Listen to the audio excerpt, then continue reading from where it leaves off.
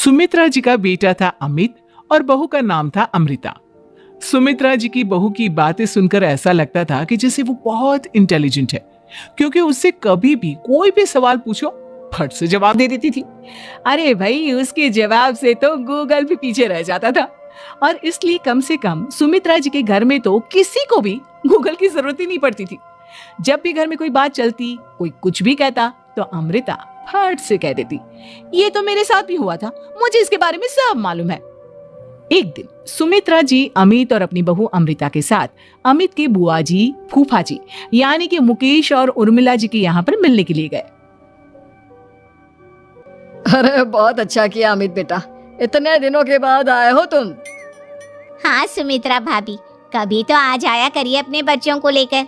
आपकी बहू के आने से तो हमारे घर में भी रौनक आ गई है। वो क्या है ना, अमित ऑफिस के काम में बहुत बिजी रहता है, इसलिए उसे तो वक्त ही नहीं मिल पाता। अच्छा, लगता है नौकरी काफी मुश्किल है अमित की।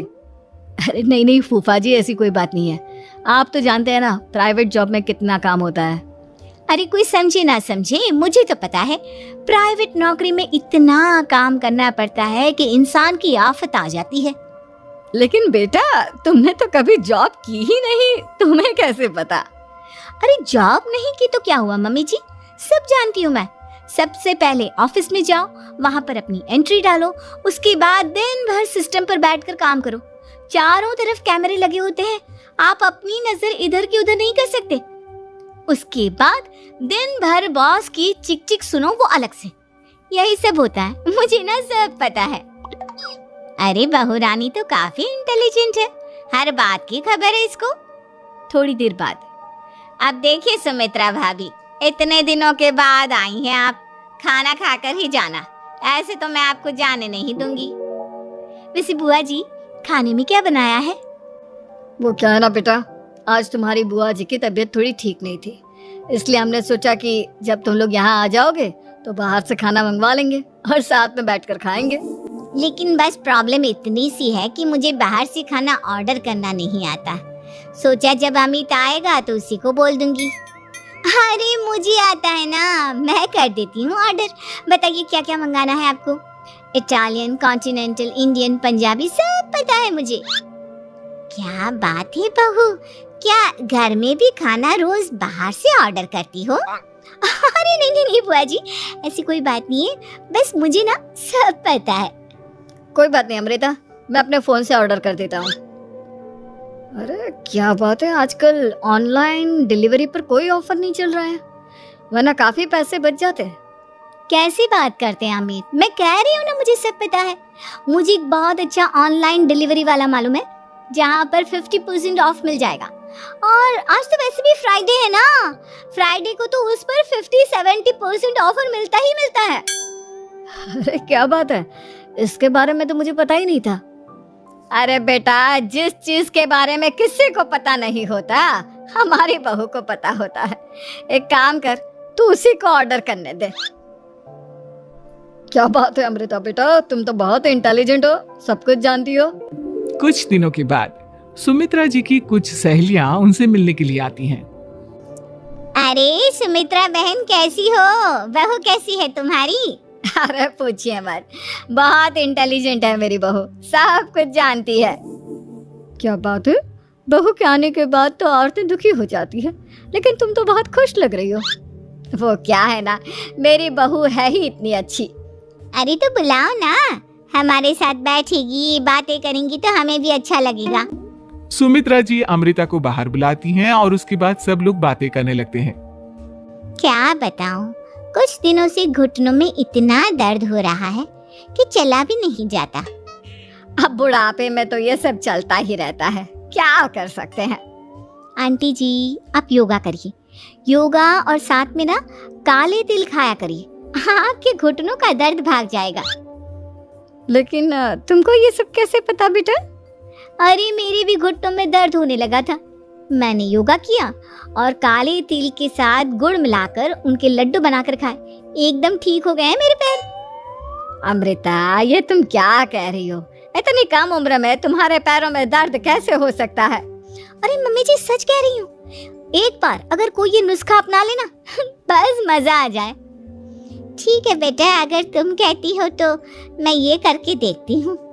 मुझे सब पता है आंटी जी, ये मेरे साथ हो चुका है, इसीलिए तो बता रही हूँ मैं आपको, ऐसे नहीं बताती किसी को। कुछ दिनों के बाद अमित अमृता को अपने दोस्तों के साथ घूमने के लिए ले जाता है। क्या यार, क्या जिंदगी हो गई है। सारा दिन ऑफिस का काम करते रहो, अपनी हेल्थ पर तो ध्यान ही नहीं दे सकते। अरे क्यों नहीं दे सकते अपनी हेल्थ पर ध्यान? सब दे सकते हैं, इंसान चाहे तो कुछ भी कर सकता है। क्या बात है भाभी, आप इतनी श्योरिटी के साथ कैसे कह सकती हैं? अरे आजकल ना एक से एक एप्लीकेशन है मार्केट में, और जानते हैं उसमें कुछ एक्सरसाइज तो ऐसी बताते हैं जिन्हें आप अपने ऑफिस में बैठे बैठे, मेरा मतलब लैपटॉप पर काम करते करते भी कर सकते हैं।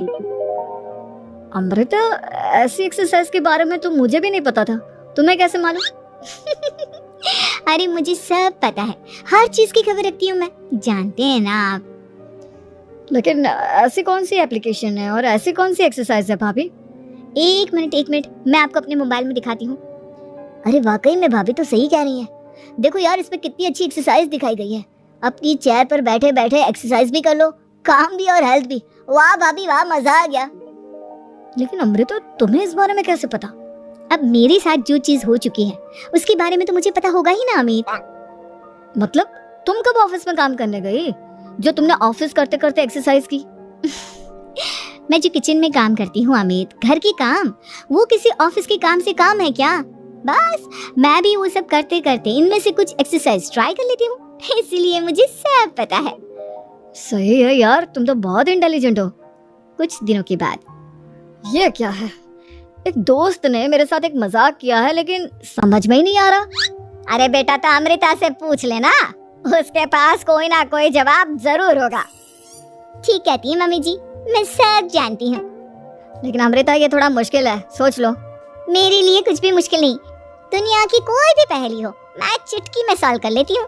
अच्छा ठीक है, देखो मेरे दोस्त ने मुझे एक खाली पेपर दिया है और कहा है कि इस पर उसने मेरे लिए कुछ मैसेज लिखा है।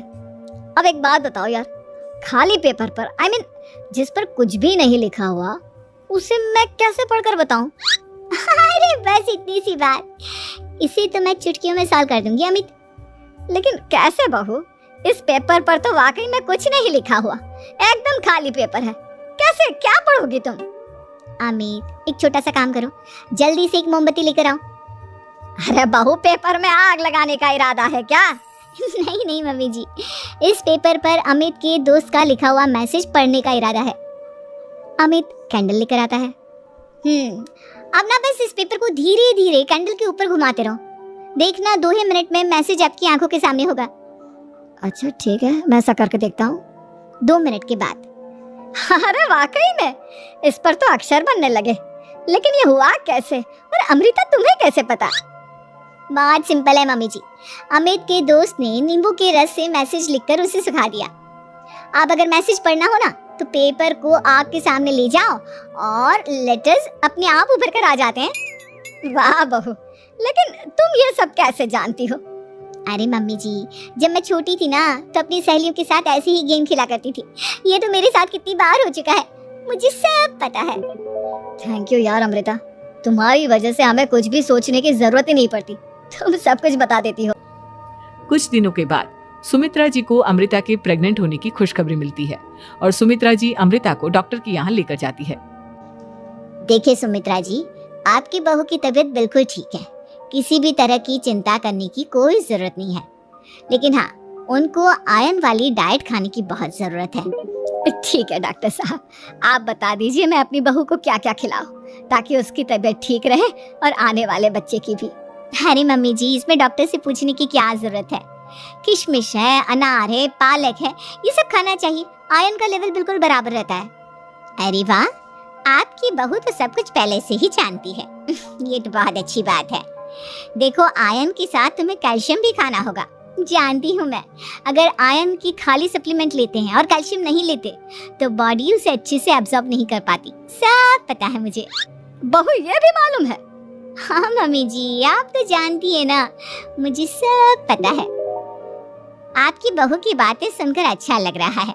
मुझे ऐसी बहुत कम लड़कियां मिलती हैं जिन्हें इतनी नॉलेज होती है, सारे सवालों के जवाब देती है, और हमारे इंडिया में तो वैसे भी हालात बहुत खराब है।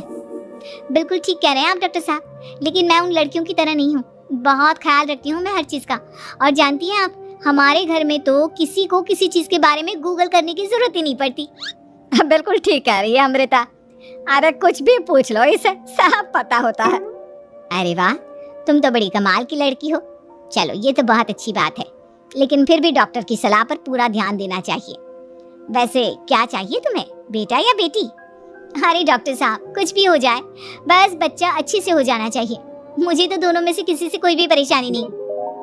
और सुमित्रा जी आप? डॉक्टर मैडम, मुझे तो लड़के और लड़की में कभी भेद करने की आदत ही नहीं है।